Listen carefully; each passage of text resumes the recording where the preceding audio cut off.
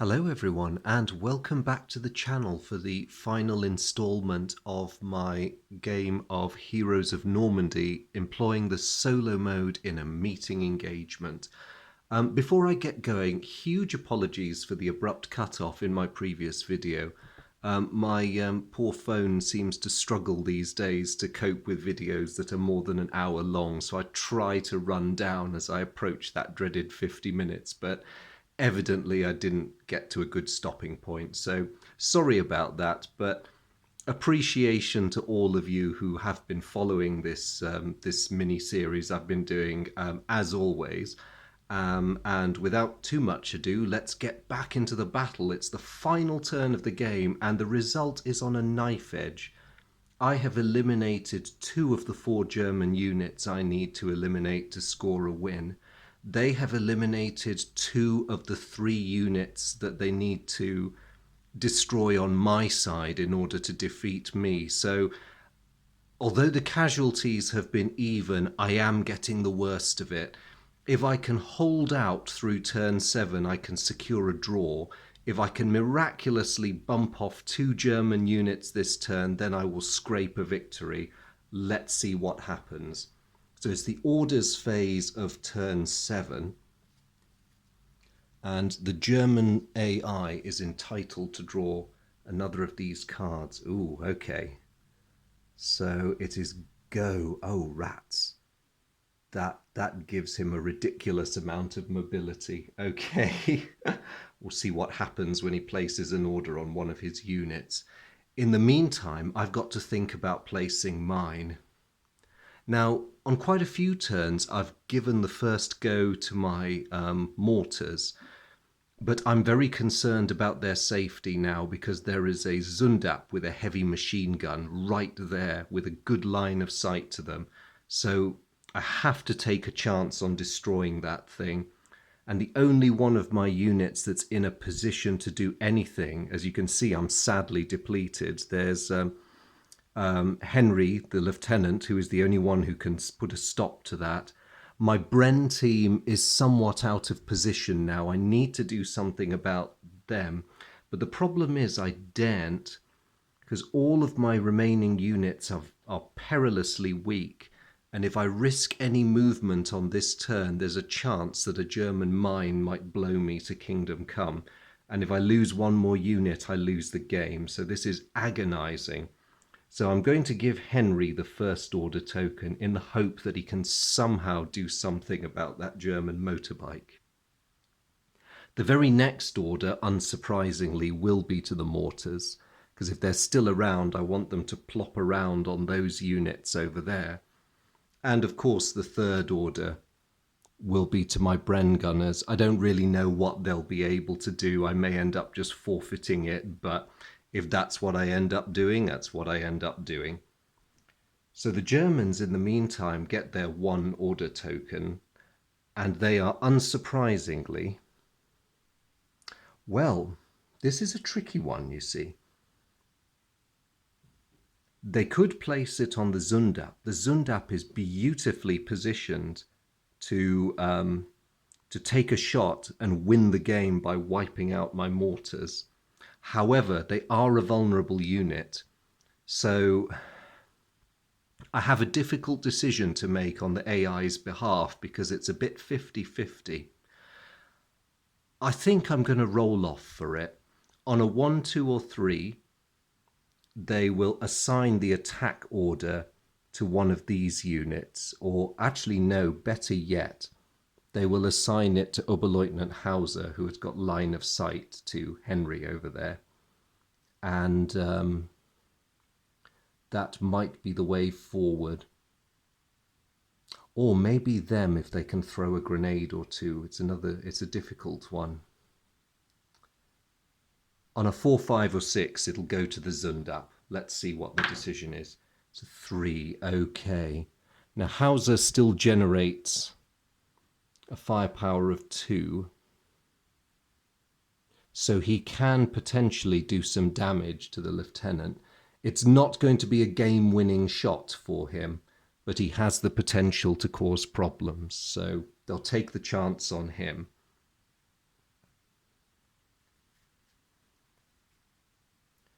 those two are fairly strong, but they are damaged, so an assault would be risky. And the last turn, when they tried throwing a grenade, it didn't really go so well for them. Does depend on the roll of a 6. So, okay, we shall see what happens. Of course, the Zundat may be enabled to fire by a reaction card. I don't know whether it will or not, so it's pretty tense down there. And of course, the placement of that order triggers this card, the one they just drew.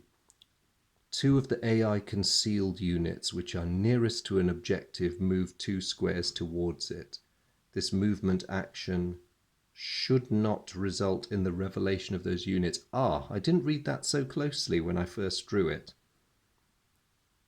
So actually they have no concealed units, so that is not something that they can use. Okay, I'm breathing more of a sigh of relief now, because I could feel the net closing, or at least I thought I could. So that's the orders phase done. I don't have any cards that I can play in the orders phase, and to be honest, that one's actually useless to me because I don't have any concealed units. So I'm going to take a deep breath, activate Lieutenant Henry, and see how the Germans react. Ooh, okay. For the rest of the turn, unactivated AI units that are not adjacent to an objective retreat 1 square to evade an assault. They receive an activate marker. Okay. And the AI draws a tactical bonus, a random one. All right.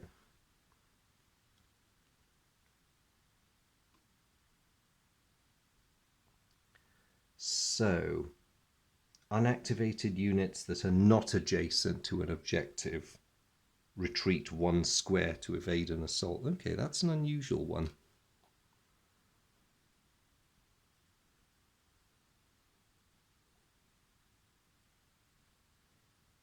So none of them are in danger of an imminent assault, so none of them are going to retreat.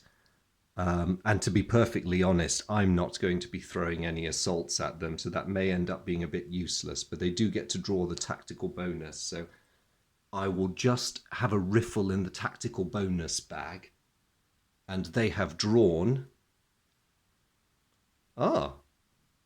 reduce the danger marker, or is that increase as the AI has got it? Let's have a look and see.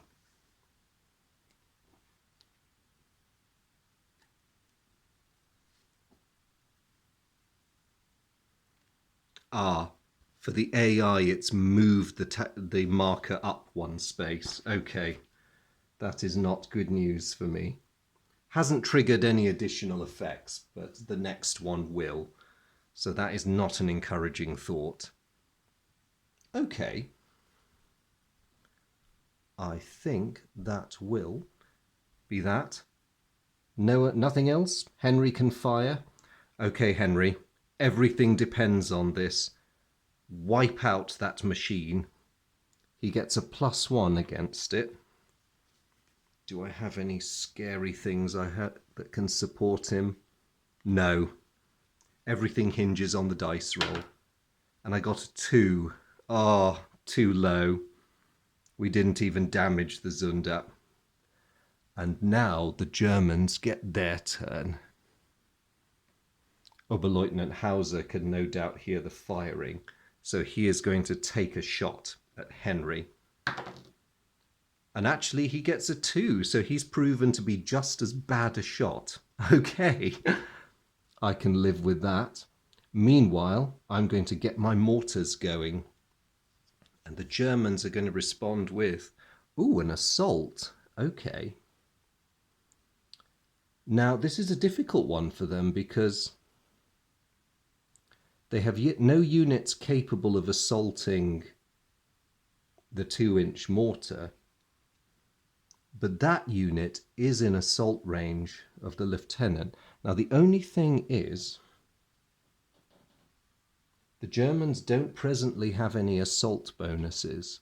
They only get a +1, and the lieutenant is in fairly defensible terrain, and he has an assault capability too. So it would be a very risky attack. However, it's not that risky, and the Germans can afford one more loss, whereas I can't afford any unit losses. So what's going to happen is, weighing up the odds again, I think I'm going to roll off on this one because it's a 50-50 decision. If I get a 1, 2 or 3, I won't commit them to an assault. They'll shoot instead. Or chuck a grenade, rather, because that has a better chance of succeeding. On a 4, 5 or 6, they'll go for it and make an assault. A 5, this unit makes an assault. So they get a +1 to their assault rating, so it's 2. They get to roll 2 dice because they have the assault capability. And I also have 2 dice because the lieutenant has an assault capability too, and he's defending in good terrain. Let's hope I'm lucky. Ooh, the Germans rolled a double 6. That's nasty. Okay, the lieutenant definitely loses the assault, and the Germans bring their black cat along to celebrate. Go on, Oscar. I'm in the middle of an assault here, cat. Come on. No? Sorry, everyone. Please excuse me. No, go on. Thank you. I am going to play the fallback card. So the lieutenant has lost the assault, but he is miraculously uninjured. He's just a bit, I don't know, stunned. He's suppressed anyway. So he falls back with his suppressed token, and the victorious Germans advance into the space. Well, that was quite lucky, because if it weren't for that card, they could have seriously injured or perhaps even killed him. I didn't worry about the numbers. I just saw that they'd rolled a double 6, so choice of higher number, and I knew it was all over. Luckily for me, they don't draw another action card because the difficulty isn't set to hard, so we're doing all right for the moment. Well, that was worrying, but at least the mortar gets to drop its round now. Oh, but who to drop it on? It's tempting to try and aim at that Zundat, but we would have to get this right. The alternative is maybe trying to drop it there, so I have a good chance of inflicting losses. And actually taking out the MG42 up there is very tempting. So, okay, with nerves of steel, the 2-inch mortar crew are going to ignore the Zundat, and they're going to try and chuck a mortar round up there. And we roll a 5. Fantastic. The shot is on target. So let's deal with poor old Hauser first. We get another 5, so that's a total of 7. Unfortunately, that's not enough to injure him. He's survived. Very tough, these officers. What about the MG42? We get a 4 plus 2. That exceeds. So we have just wiped out the MG42 crew that was running up to reinforce Hauser. That is good news. Means we have killed off a 3rd German unit. And it's now come to a sort of breaking point for both sides, because whoever loses a unit next loses the game. The only bad news for me is that this victory has now triggered the next danger token.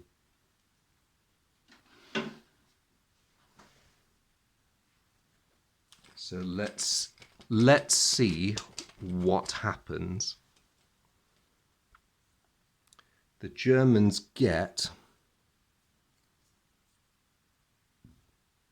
the AI gets 1 reroll for every dice result of 1 or 2. Okay. That could have been worse. Given that it's the last turn of the game, I can definitely live with that. So far so good. My final action is going to be to activate the Bren team. Draw the card. The Germans perform a tactical movement. So who is going to perform the movement? The Zundup doesn't have to move. That unit's activated. Hauser has been. I think the only sensible thing really would be to bring up this unit. Perhaps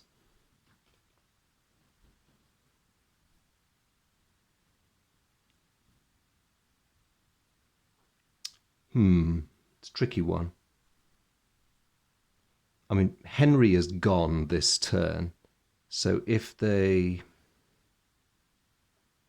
do that, theoretically it would set them up for further attacks, and it carries on this wide German flanking move, which tactically at least has been proving fairly successful so far. So they have gone. Fortunately for me, they don't get to place another order token, again because of the difficulty setting. And so my Bren boys can now go, but actually, for the reasons stated before, I dare not move them, not wanting to throw the game at the 11th hour, and I have nothing to shoot at because they don't have a clear line of sight to anybody.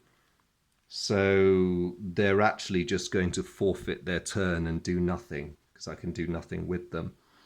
So now it would be the supply phase, but because there's no physical objective to seize and nobody really gains anything by moving, obviously I can't move any of my units. The Zundup, there's no benefit to moving it, and the often forgotten Panzerschreck unit up there has nothing useful it can do either, so there's no point moving it. So that is it. That was the final turn of this game. The Germans wiped out 2 of my units. I'm just going to return to the unit control board so you can see how close, how near run this thing was. I would have broken on the loss of 3 units, and I lost 2. The Germans would have broken on the loss of 4, and they lost 3. So nobody was actually broken. But if it comes to body count, then I would say that the British very narrowly won this scenario. And all in all, I think that was quite a satisfying game. So it's just to zoom out again, I suppose, so you get some sense of what the battlefield looked like. The Germans had a full hand of action cards, which in the right circumstances could have been useful, but they didn't quite get what they needed with those. It's a testament to the intensity of the fighting that they had all but the highest level of danger token triggered. Of course, you can't see the German casualties because they were primarily infantry, and infantry casualties always get recycled back into the reinforcement bag.